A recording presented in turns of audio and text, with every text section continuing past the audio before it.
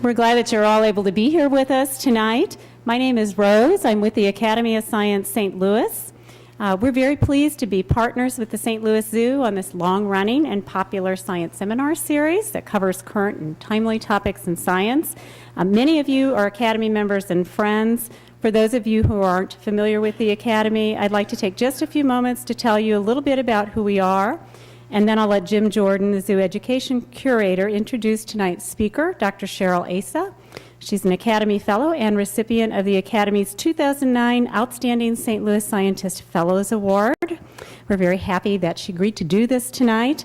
New this year as well for us is another public science seminar series partnership with the St. Louis Zoo Conservation Conversations. And again, I'll let Jim tell you a little bit more about that as well. The Academy is a local nonprofit that has been serving the St. Louis community and surrounding counties since 1856. We have a long-standing mission to advance the public understanding of science and inspire the next generation of scientists and science advocates. And we continue to celebrate more than 150 years of community service by offering a broad range of free and low-cost public science programming, collaborative seminar series, and trips and tours that highlight science at venues throughout the region. You can find more information on the Academy and our community-wide events and programs by visiting our website at www.academyofsciencestl.org. Or you can pick up some of the literature just outside the auditorium on your way out. If you'd like to receive e-notification of upcoming Academy and St. Louis Zoo public lectures and events, there are e-news sign-up sheets that'll make their way around the audience tonight as well.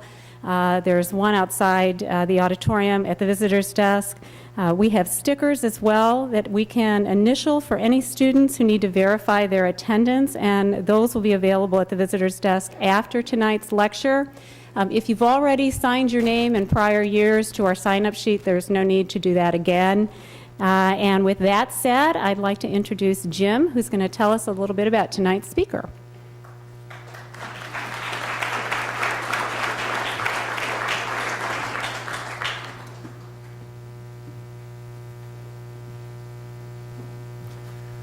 Welcome to the zoo. It's great to start off another seminar series. I think for me this is probably about the 12th year, and I always really enjoy them.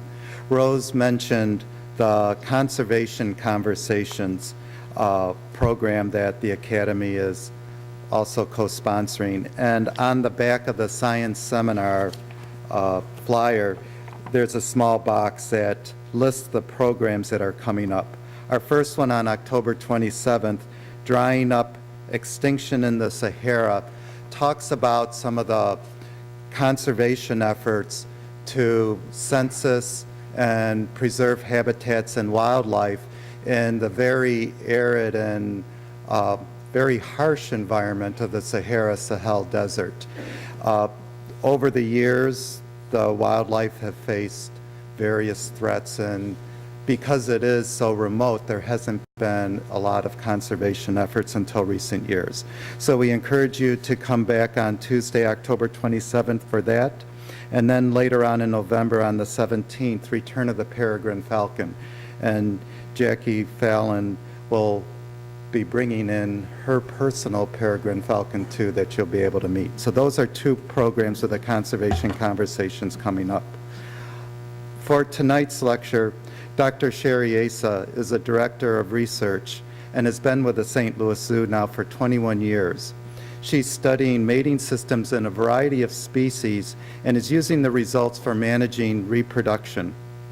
Species studied includes birds, reptiles, as well as mammals, and it's focused on behavior, hormones, and reproductive physiology. In particular, equids, including field work with feral horses before coming to the St. Louis Zoo, and canids, working with a Mexican and gray wolf as well as different fox species, has been conducted with the Wild Canid Center and U.S. Fish and Wildlife Service. In some cases, when managing populations, both captive and wild, reproductive needs need to be enhanced, while other times it needs to be limited through contraception. And the St. Louis Zoo also is AZA's Wildlife Contraception Center, and Dr. Asa is a director of that. So she kind of wears two hats, looking at enhancing and keeping animals from getting pregnant. Dr. Asa has been involved with 125 publications, including one book on wildlife contraception. And besides her work at the zoo and field research, Dr. Asa also teaches courses at Washington U and SLU in animal behavior and endocrinology. Interest in mate choice, our tonight's topic, came primarily while studying island foxes. The National Park Service and U.S. Fish and Wildlife Service funded her lab to determine the reason for reproductive failure in genetically important pairs of fox on the Channel Islands. Mate choice was one of the important parameters, and Sherry has continued this work with species here at the zoo. So Dr. Asa?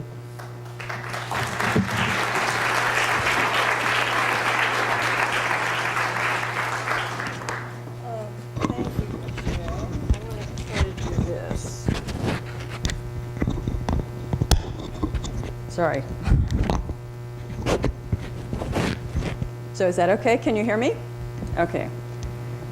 Because I like to walk around. The ad for tonight talked about cheetahs as the focus of the talk. This is not fitting on my belt. I'll try to put it in my pocket. There we go. But before getting to cheetahs, there's a fair amount of background that I want to give you because it's a fairly complex system. And you shouldn't be surprised to hear that there really is a lot involved with mate choice in the animal kingdom. So, this is not moving. There we go. So, although I realize many of you in the audience are in high school classes, and so maybe you don't even know about Al Pacino's movie called Scent of a Woman, which won an Academy Award about 10 years ago. But I think that idea of a female scent has been mostly what we think about if we think about scent having a role in courtship behavior or in mating systems. But not just for us, but for other animals as well, female scent can be attractive to males. I don't know if you can all read this. It says, "Oh, Ginger, you look absolutely stunning, and whatever you rolled in sure does stink."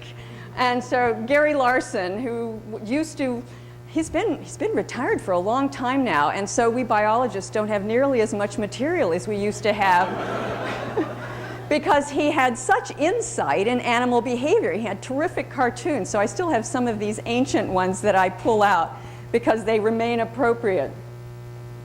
This is a more recent one I bought in Vermont this last year, and I like this a lot too. I got your pea mail yesterday, but they wouldn't let me out last night. And so the point that I wanted to make here is that it really is both males and females that can use scent marking or glandular secretions to give messages to other individuals. So, but let's look at what biologists know, not just popular perception. And in the old days, and the ethologists and animal behaviorists that were working mostly through the early part of the last century into the, it's funny to say that, last century, isn't it?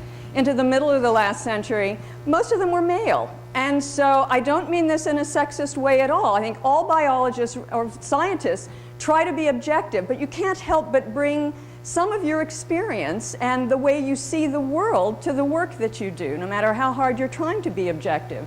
And so a male scientist, especially one that's studying courtship behavior, is going to be somewhat prejudiced and see things from their own experience and their own perspective.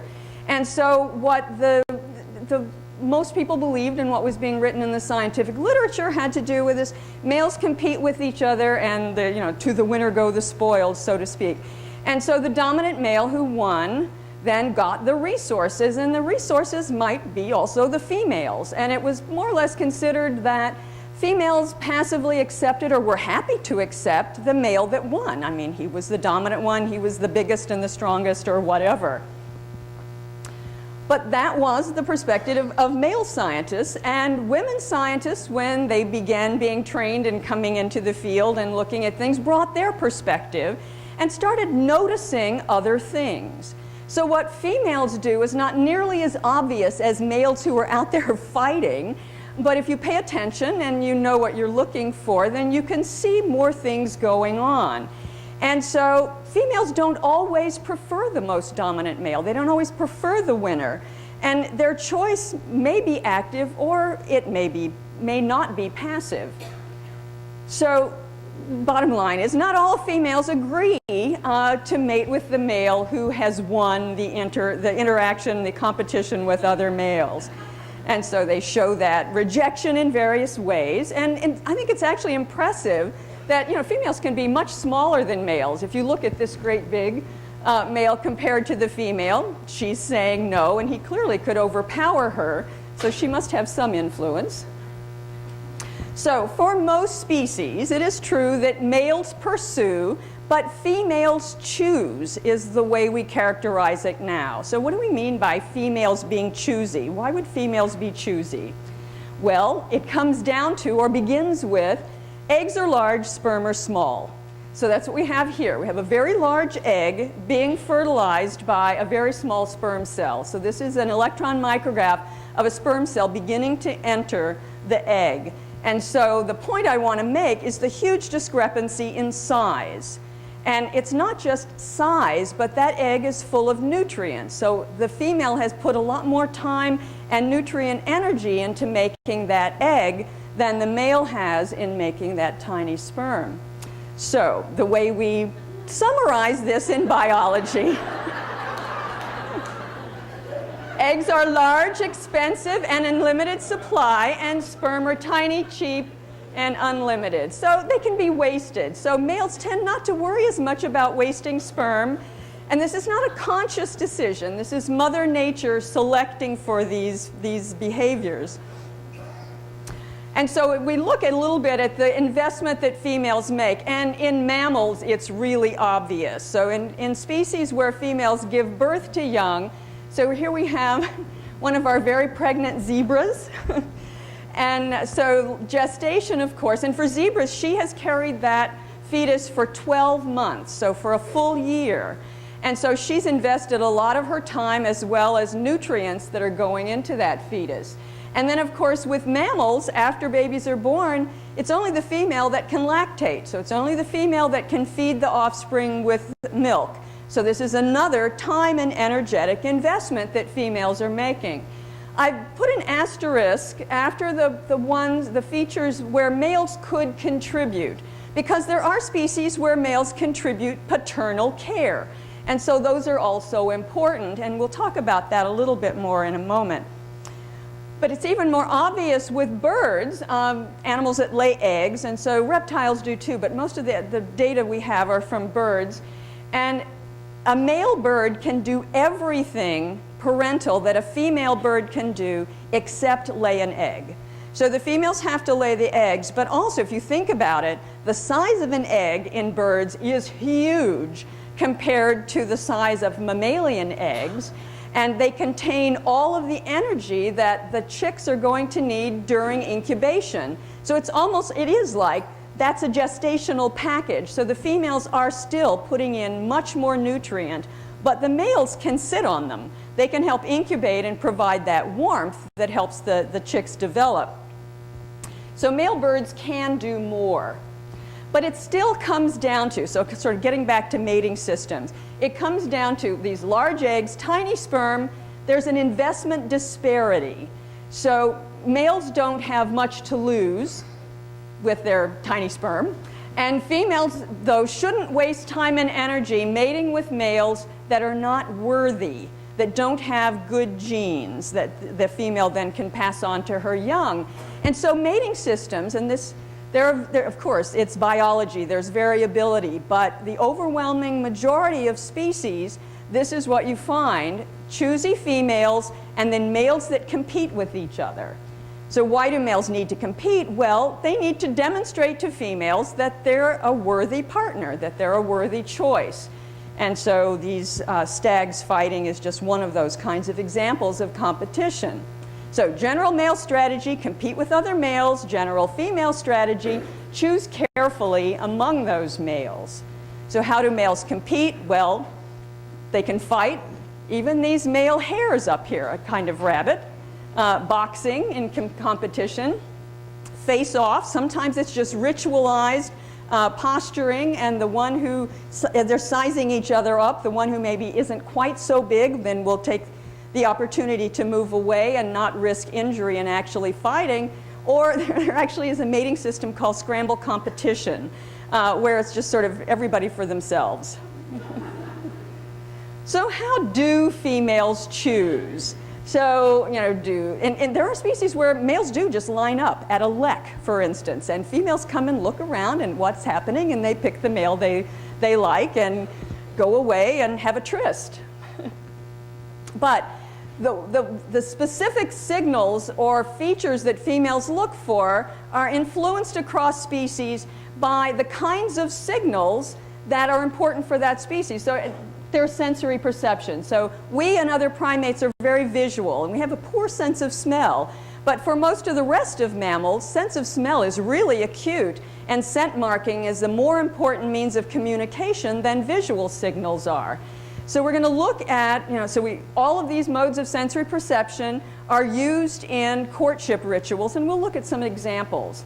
So the males that are competing are then going to choose the right kind of signal for the species that they are, and they need to impress females. So they may use visual signals, and we usually call that visual displays. So the males are very showy.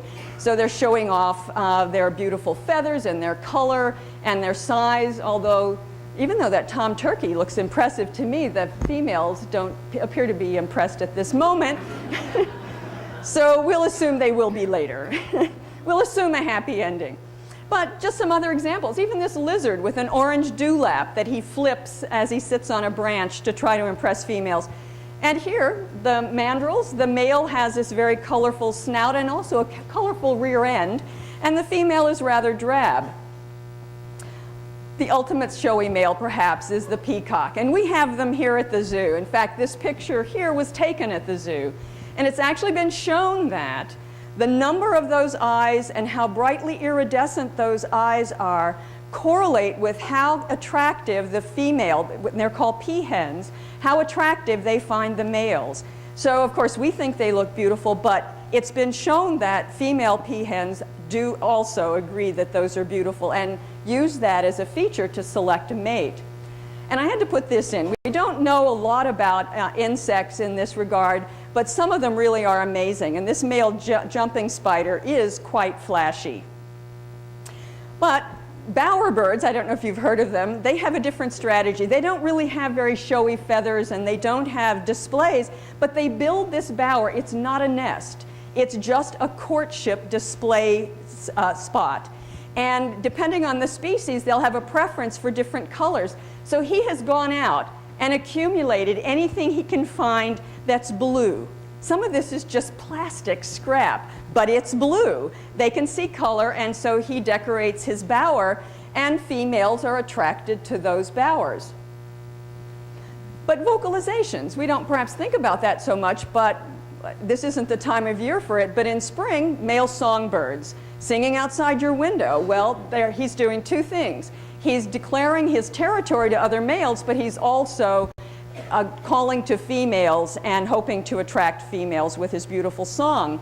And then this red deer stag is roaring, and that roaring, again, is used to intimidate other males and to attract females. Tactile approaches, sometimes courtship is more up close and personal, and how gentle and the kind of technique that a male has can make a difference in whether the female is receptive. And I couldn't resist this. Okay, it's probably not necking like we think about it, but okay, but scent I've mentioned as being important, and of course that's sort of the topic for tonight. And we may call those olfactory signals or call them pheromones. And I'm going to then reserve and talk about these more in a moment, but go to taste next, just briefly. And taste is very much related to sense of smell. But what I mean by taste here is males offering food gifts to females during courtship. And these are called nuptial gifts. So nuptial to us means getting married. So not really courtship, but you get the idea. And it's common across a lot of species to do this. And the nuptial gifts show that a male has resources, he can get resources, and that he will share them. So this is really important in courtship rituals for some species. Not just the male has resources, but he's willing to share them with the female. And sometimes it means he's giving it to her right then, and the nutrients she consumes are going to go into the eggs that she's producing. And so then she'll have healthier eggs to be fertilized by his sperm. But it may mean that he's making a commitment to feed her and their offspring after she has given birth or after the eggs have hatched. So for humans, it's just bringing it a little bit to the aside. We've been talking for the most part about non-human animals, but what's the most common first date that you're aware of? Actually, for high school students, I don't know what that is. I know what it is for us older folks. So what do you think is the most common first date? Going to dinner, someone said, and I like that answer. Yes, going to dinner, and I don't know if that's changing, but historically going to dinner, so a male buying food for a female is in our tradition as well. And what about then the most popular Valentine's Day gift? Bissinger's chocolate especially, right? Okay, but what kind of information, getting serious again for a moment then, what information does a female get from those displays? Well, physical attractiveness and the resources or status that the male might have and his generosity with those resources. But what we want to look at tonight is shifting to something else a little more esoteric, and those are the genes that the male has. And there's a lot of evidence, and we're not going to talk about this tonight, this would be another whole lecture, but the way those genes contribute to these first three features. So there is evidence that physical attractiveness and ability to acquire resources, those are a reflection of the genes that the male has. But we're going to look at a different aspect of genes. But let's first talk about, there's two different kinds of genetic features that a female needs to consider. And one is just called good genes. And this would apply for any female making a choice. And it means that the male is healthy, strong, powerful, successful, so he's a good specimen for that species. So I've got silly pictures of humans here, but it applies across the board for species. And as I said, genetic qualities that would be good for any female to contribute then to her offspring, because those are good features for that species and help that species acquire resources, acquire dominance status, whatever is important for them to succeed and to survive. But females also need to choose males that are a good genetic match. So this is a different way of looking at genes. So good genes mean those are good genes no matter who the female might be that would pair with that male. But a genetic match is another way of looking at it. And perhaps the easiest way to begin thinking about it is that even if your brother is really good looking, he's not a good genetic match for you because that's inbreeding. And you may find him disgusting for other reasons, even if he is attractive. But it's important that females find a male that's the right genetic distance. And most of the time we talk about inbreeding as being the problem. But for animals out in the wild, the possibility of outbreeding is also there. So as populations get separated, and they're not really different species, but they're maybe edging up on being a different subspecies, they become genetically somewhat different. And the more that they are different, then the lower the fertility will be of pairs from those two disparate populations. So the inbreeding has more to do with how healthy the offspring are, but outbreeding has to do with how fertile the mating would be. So the female needs to find something that's intermediate to have the healthiest offspring and to maximize her fertility. So how can she do that? How can she tell what is the right genetic distance for her? And how can she recognize that? Well, the first hypothesis was a sort of learned rule of thumb, and it has to do with who you grow up with. So there are sensitive periods during development in youngsters of all species where by association they're learning who their relatives are because they're growing up with their mom, perhaps their dad, and with siblings. And so those are then recognized as relatives. And so there have been a lot of studies that have demonstrated the importance of that, including in humans. But there's a newer, well, it's not brand new, but it's more recent hypothesis that's called phenotype matching. And that's when you don't know if it's your relative, you don't know by association, but judging genetic distance based on phenotype. So phenotype is the representation of the genes that you have. So we think of phenotype as being the way we look, like if you've got black hair, blonde hair, blue eyes, brown eyes, but it really, phenotype means any expression of genes, so that has to do with your physiology and everything that's going on inside you as well. But individuals that look like you are, or that you perceive to be like you through scent, for instance, are more likely to be relatives, and that is to share genes with you. So that's a way to then avoid individuals that are very closely related. And the mechanism that has the most support for mediating this information is called the MHC, the Major Histocompatibility Complex.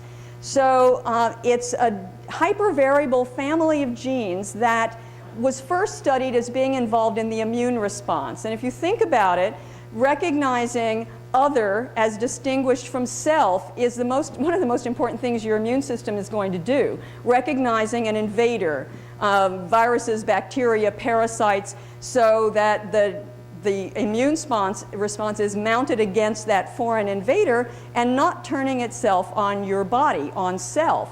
So being able to recognize a wide variety of invaders then gives you a healthier immune system. So this variability then in this area of genes is really important. And we also know that parents that are different, so the more that parents are different at the MHC, then the healthier the immune response will be of their offspring. So you don't want to have, as a partner, to have children with, have offspring with, depending on your species, someone that shares the same kinds of alleles at the MHC, because your offspring won't have as variable an MHC and won't have as vigorous an immune response. But so what does immunology have to do with what we're talking about tonight? For some odd reason, and we don't know why, the MHC is also involved in odor production. And because it's hypervariable, it can actually code for an odor fingerprint. And this has been demonstrated in every species in which it's been studied, including humans. So each individual of all the species we're aware of has a different MHC odor fingerprint. And most of the studies that have been done in other species where they've demonstrated that the individuals can actually distinguish among other individuals just based on scent, many of those use urine, because a lot of these studies are done with rodents, and so that's an easy way because rodents scent mark with urine. But in humans, they can use sweat mostly, or even saliva, that the odors are carried in these other secretions.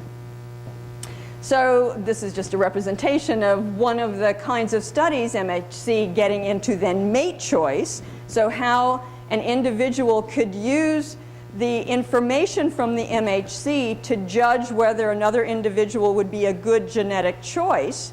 And the studies have shown that, and some of these have been done with males as well, but most of them have been done with females, that a female can tell the genetic distance of a male based just on urine.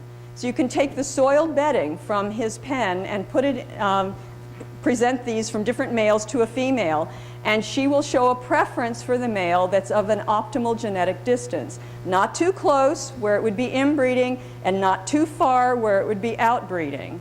So she's actually choosing a partner based on something in the urine, and as far as we're aware, the definitive study hasn't been done, but the circumstantial evidence is that it's the MHC that's mediating that odor fingerprint that she's picking up on.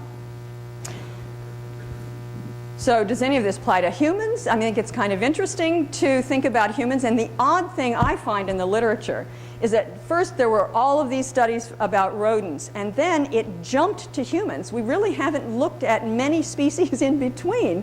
And so there are a lot of studies now that have looked at MHC and odor and mate choice in humans. And it's surprising also because we have a really poor sense of smell compared to most other mammals. And other primates as well have a poor sense of smell. But there still is solid evidence that humans are responding to these personal odors. So the most famous, infamous, the dirty t-shirt studies. And so there have been a number of these in different situations, different subjects. And so what they do is they have men bathe but not use deodorant or cologne or aftershave or no artificial odors, but they're clean. And they wear a t-shirt for 2 nights, and then the t-shirt is shown to women. And, well, okay, we say, is it judging the pleasantness and unpleasantness rather than do you like it or not? And so the results have shown, and this has been over and over again in different circumstances, that women judge t-shirts from men who are dissimilar at the MHC, so they're less related. They judge those as being more pleasant in odor. And for the t-shirts that they're judging as unpleasant, those are from men that are more closely related at the MHC. So this doesn't necessarily mean that they're brothers or cousins, but the MHC is more similar. And so they're judging not based on the other kinds of genetic relatedness, but they're judging based on the similarity or dissimilarity of the MHC. And also, women have noticed or have noted that the odors that they find pleasant also remind them of current or previous boyfriends or husbands, or whatever the case may be. And so the unmistakable conclusion is that women are influenced, at least subliminally, whether they're consciously aware of it or not, by MHC odors. This is a little tangent, but it's a really interesting one, because we tend to think of using cologne, perfume, and such as covering up our odors. So we wash, we get all of our natural odors off as much as we can, and then we cover ourselves with these other kind of scents. There is new information that suggests this may actually not be what's happening. So fragrance have 2 different studies have asked different kinds of questions, but related questions. And these are using basic fragrances, the kind of basic ingredients that are used in perfumes. So this isn't a complex mixture, it's the basic individual fragrances. And so asked, would you like to smell like this yourself, or would you like your partner to smell like this? So they actually distinguished those 2 circumstances, and the results were surprising, because people actually had more definitive and clear preferences about what kind of odor they would like to put on themselves. And in fact, people with similar MHCs chose similar perfume odors to put on themselves. And yet there was no pattern that emerged for the scent that they would like to have on their partner. And so the suggestion from that is that we're actually amplifying something that has to do with self. Because at the level of the MHC, people are choosing similar scents to put on themselves. So it may not be false advertising after all. There's an effective birth control pills that's a little unsettling. And using the t-shirt tests again, women who take the combination birth control pill are more likely to prefer men that have, or the odor of men that are similar at the MHC. So this is backwards from what you find with women who are not taking this kind of hormone treatment. And so women then of not on hormone contraception in that same study then preferred MHC dissimilar men, as we would have predicted from the earlier studies. So the reasons for this are, there are 2 possibilities. One thing, we know that a female's sense of smell, this is across mammalian species, including humans, is more acute around the time the female's going to ovulate. It's called the periovulatory period. So her sense of smell is actually better. She's more sensitive. But the other thing is that birth control pills contain a hormone mixture, progesterone with some estradiol, that mimics pregnancy. So it's as if you have hormonally made the female pregnant. And so the interpretation by the scientists that have been doing this kind of work is that maybe it's the odors that a female should prefer that would be more adaptive for her to prefer after she's pregnant, because she's not needing to choose a mate then, she's pregnant, that maybe familiar odors that have to do with family would be better at that time, because then having help with offspring from family might be the better thing. I recently ran across this. This is on the internet. Scientificmatch.com. It's a Boston-based company, and for $2,000 you can get a lifetime membership, and they will analyze your MHC, and they will present you then with potential dates that are of the right MHC distance. But and I've never used a dating service, but when I was reading about this, it said that, because I thought, my God, $2,000, and they said, actually, this ends up being what some of the others cost you with all of the additional add-on costs that come out further along. So maybe it's not such an outrageous cost. I don't know. I don't really know what the others cost. But I think it's interesting that they also consider personality and personal values in the profiles of their members. And this is an important point before we move on to the zoo and cheetahs, is that in humans and other animal species as well, I think we need to remember that even though there's really good evidence for an influence from this odor fingerprint from the MHC, there are a lot of other factors that come into play other than scent when any species is making a choice of a mate. So we have a lot of common in other animals, but we still have a lot to learn about the mechanisms and also the extent of the effect, like how important these various modalities are. Okay, so does any of this relate to zoo animals? Well, we think it does. And so we're back to computer dating for a moment, because this is what goes on in zoos. So it's not eHarmony and Match.com. It's actually called Sparks and PM2000. So zoo computer dating. PM2000 is a computer program that uses the breeding pedigrees, so pedigrees like stud books, from Sparks. So Sparks is a record-keeping system, small population animal record-keeping system that zoos use. And so breeding recommendations are based on the analyses done with this information so that individuals are what are considered good genetic matches. But those decisions have been based on inbreeding, outbreeding, not on anything having to do with MHC. And so rather than asking questions like you'd find on St. Louis Singles, here's the web page from stlouissingles.org, we ask whether the two animals are a good genetic match. So you'll give you a little bit of information about how this genetic match for zoo populations comes about. So we want to equalize founder representation. So every species in a zoo, of course, has descended from original animals taken from the wild. And so you want their genes to be represented equally across all the animals in the population to the extent that you can. And you want to minimize inbreeding. So we've already talked about inbreeding. And so if you have two closely related parents, any of their what are called deleterious alleles, the bad genes, they're likely to share, and so they're more likely to be expressed in their offspring, and the offspring would be less healthy. So what's the problem with zoo computer dating? Okay, coming back around, females can be choosy. But we're wondering then if allowing females to choose a mate would actually improve breeding success in zoo animals. So in cases where we've made this recommendation and the female says, no, I'm not interested, is her refusal based on something having to do with mate choice? So we're starting a research program, and we're one study into this, but we see this as being a very large project that's going to be collaborative and go on for a long time. And so we want to study the role of mate choice in reproductive success, looking at genetic distance when females make a choice. Is she choosing the right kind of male?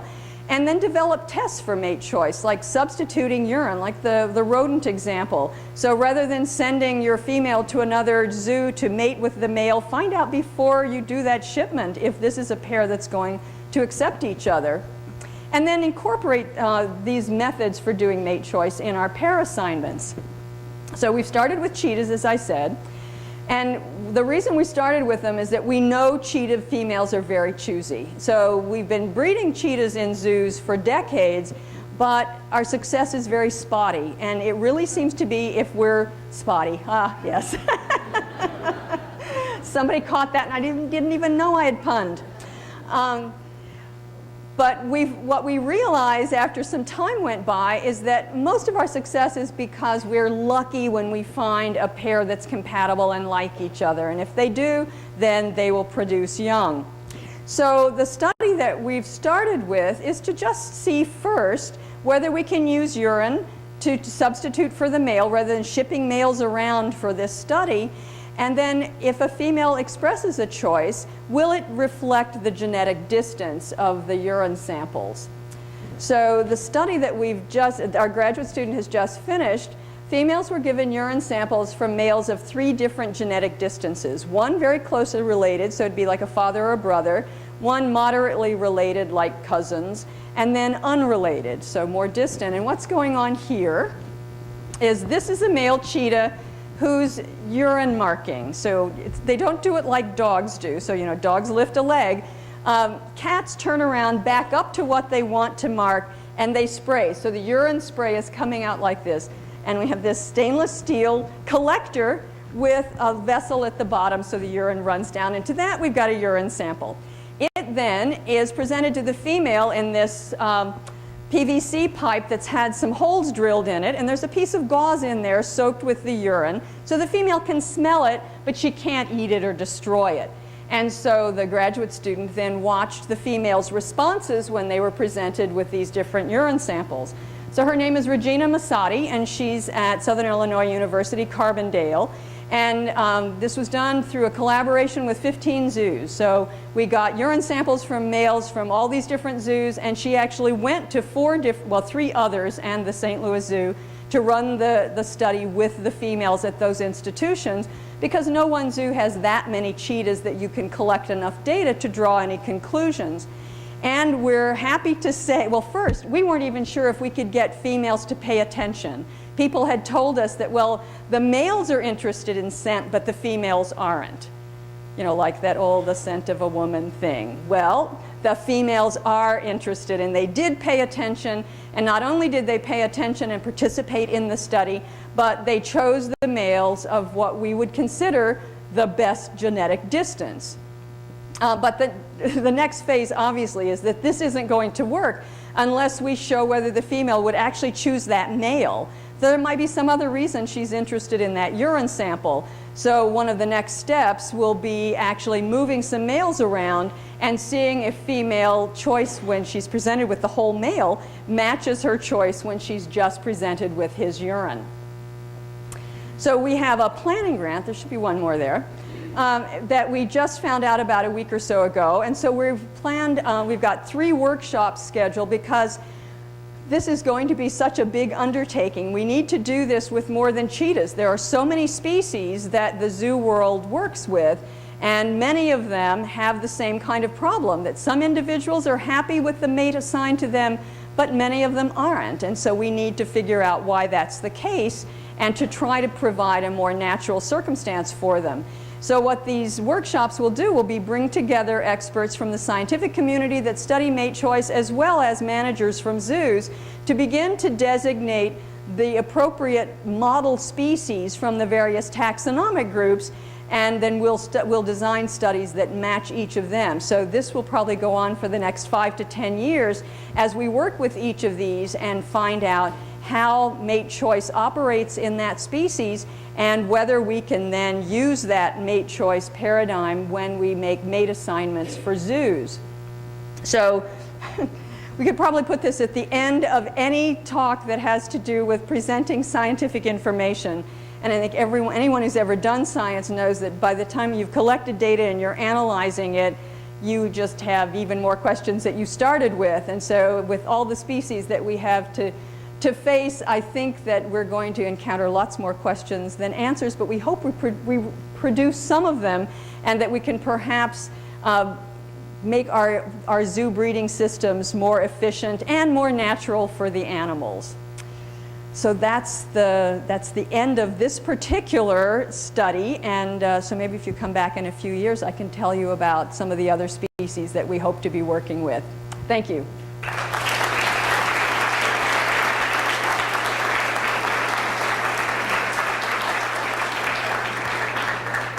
So I don't know if we have time for questions, because I can't see a clock. Yeah, here. Well, you mentioned earlier in your lecture about relative egg sizes of reptiles. What's the evolutionary survival reason why reptiles have eggs that are so massive and large? Even for the reptile and mammal are the same size. Why are they so much larger? So the question was, now for reptiles, not for birds, you mean? Yeah, why are their eggs so much larger than a mammalian egg? Well, it's because the mammalian egg only has to nourish the embryo for a very short period of time because it's going to implant in the uterus, so the placenta will then be able to transfer nutrients from the mother's system into the embryo that will then grow into a fetus.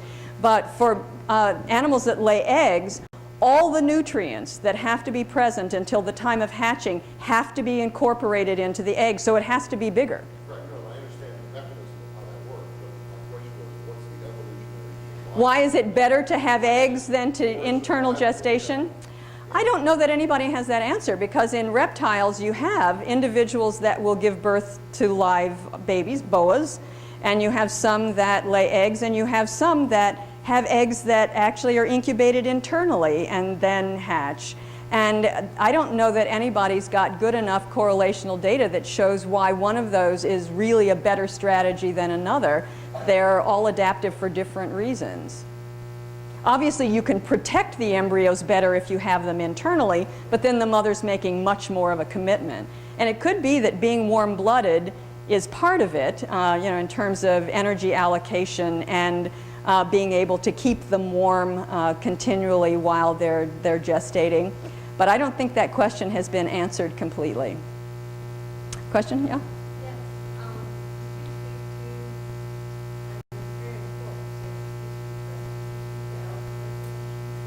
What about elephant reproduction? I mean, that's the virus that are, well, I'm not a veterinarian, so I really can't speak to that. What?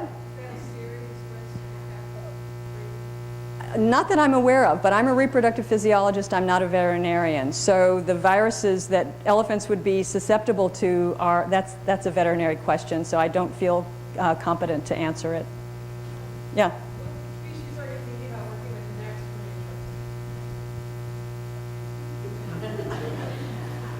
for The reason I'm looking dumbfounded is she works for me, and she should know why we don't know what we're working with next. It's because we're doing this whole workshop series so the managers suggest which species are the most appropriate and most in need.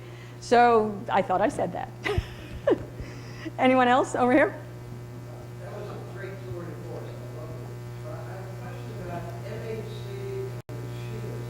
Because I thought that there were studies showing that cheetahs don't inject skin grafts, so I assume they all have very similar. That's a good question, and we asked that from the outset from population geneticists that work with zoo animals, and they said they believe that early study was flawed, and there's much more involved with rejecting a skin graft and the way MHC worked. They really didn't think that it was a problem, and we know that females, and step back, that we know females are choosy. Cheetah females are among the choosiest animals that zoos deal with.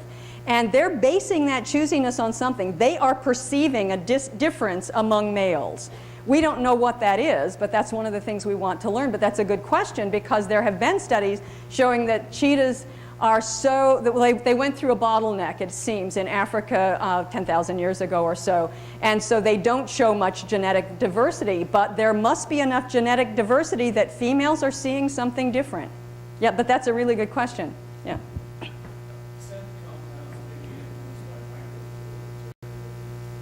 So scent compounds influenced by microbes. Yes, good question. In fact, like underarm sweat, yes. In fact, when you first sweat, it has no odor.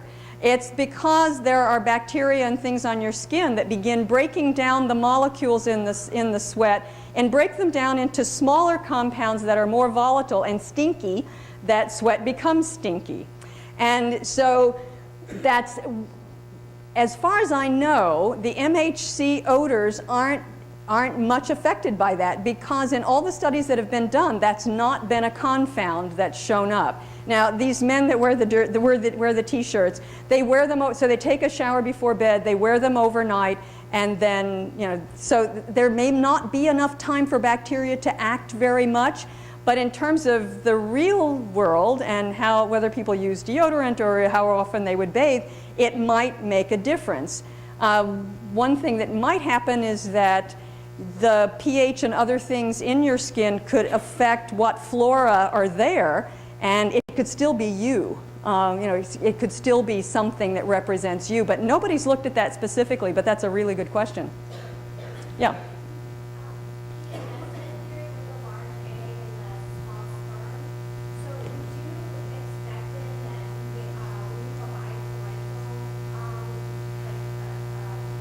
So with biparental care, no, I'd actually expect the male to be choosy. So if you have, when there's biparental care, which usually is associated with monogamy, then the male makes a commitment to the female to stay with her during the period of gestation or incubation and during the period of child rearing. And so he's foregoing using any of his tiny sperm anywhere else. So because he's giving up other mating opportunities, he should also be picky who he's spending all that time with. So with monogamous species, we would need to look at female choice as well as male choice, because the males are, even though their sperm are small, they're giving up the opportunity to use those. Yeah. Nobody has, well, there have been some studies of, a lot of studies of monogamy being related to biparental care, very clear. But in terms of mate choice, there haven't been good studies of monogamous species versus the more common polygynous species. Yeah.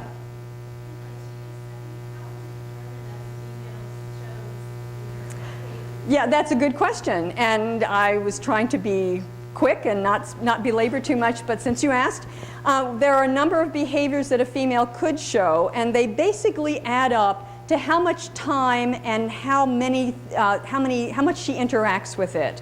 So we're basing preference on the amount of interest that she's showing. So if she sniffs it and goes, eh, and then walks over here, sniffs that, spends a little more time, and then this one she goes, eh, and then she goes back to this one and licks it and, you know, rolls on it and such, then that one gets a higher score. But that's also why, because that's not really saying why she likes it, that we need to follow that up with the male that made the sample actually being there and see if she has the same reaction to the male and would actually accept him as a mate. So this is just one step in what are going to be some pretty complex studies. Way back there, yeah. Yes, you.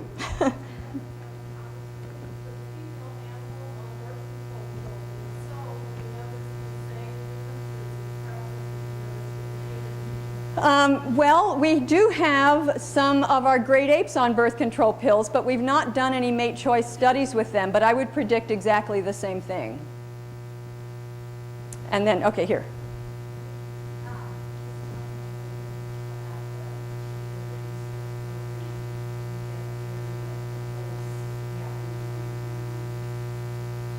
When you say the Cheetah research program, this was the research program. We have cheetahs here that live here. I don't know. I'm not sure what you mean, like what's happening.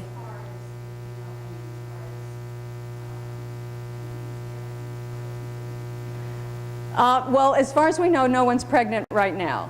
And so what the zoo has done, if this is what you mean, has been trying the old method of bringing some males in, having them around for a while, seeing how the females respond to them, trying to then introduce them, see if they get along and see if they'll mate. And if after a year or two nothing is happening, then they'll go look for some additional males and switch them out. And so, you know, it's not an unreasonable thing to do, but if we could substitute a urine sample for telling us ahead of time before males have to be shipped that she doesn't like this one, that you would save the trouble of doing that. Yes, back here. Does circumstance and history affect how female cheetah receives a male? So, for instance, if she's in estrus at the time when she's presented, or does it not matter what stage she's in as long as they have long enough together? Yeah, so the question is, how much difference does it make if the female is actually in estrus when the male is presented? And most of the evidence is that if they don't know each other already, that when a male is presented, if she's not in estrus, she's more likely to be aggressive. And so we actually took fecal samples from these females every day for actually a month or so before, during the presentations, and a little while after, so we could see where they were in their estrus cycles to be able to compare to their level of interest and what they chose at that time. And it doesn't look like it made a big difference. Yeah, back here. Are there reasons other than genetic distance that would lead a female to prefer a non-dominant male over a dominant male? A good question. Is there a reason other than genetic distance that would lead a female to prefer a non-dominant male over a dominant male? And there have been a lot of studies with primates that have shown females making alliances with non-dominant males and finding ways to go hide with their favorite male. But nobody's done the genetic studies with it to see what the genetic distance is or what the MHCs are. So I don't know if that's the reason, or if it has something to do with just whether they grew up together, how well they know each other, whether the male has been nice to her before, whether he's protected her. I mean, there could be a lot of other behavioral reasons. But I'm not aware that anyone has the genetic data to go with that. Yeah. Do you think that maybe because of the bottleneck that the cheetahs went through, that might have a reason, something to do with why they're choosy, that they're choosing more specifically genetic-wise? I don't know how we would tell. Like, would the bottleneck influence how choosy they are? The bottleneck could influence the genetic choice, the field to choose from, and it might make it more difficult to find a choice that you really like. I could imagine that, but it's not been studied directly. Any other questions? Is there another one? I can't, oh, there, okay.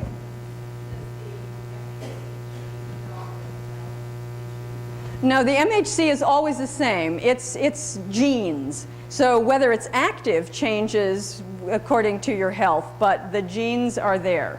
Yeah, so that's constant. That is an individual distinctive characteristic. Yeah.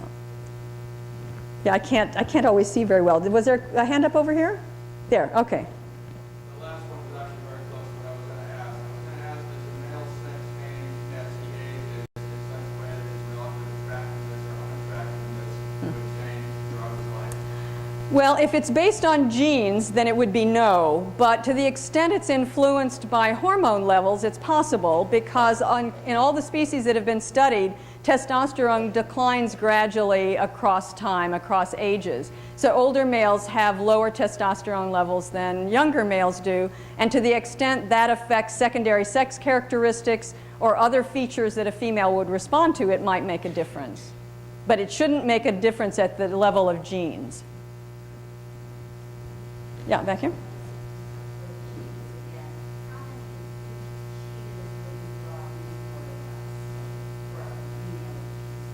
Well, what they've been doing in the last 10 years or so is bringing in two, and so they found that in the wild, and this isn't always the case, but they found in the wild that it's often that two brothers will form a coalition and so like live together and go around, looking for females together, so there's two of them. And so zoos have thought, well, maybe there's something magic about the two males that they're more comfortable, or the females are more interested if there's two males together, so they've tried doing that. I've not seen a statistical analysis to say whether it makes a difference or not. Any more questions? Is that it? Here? You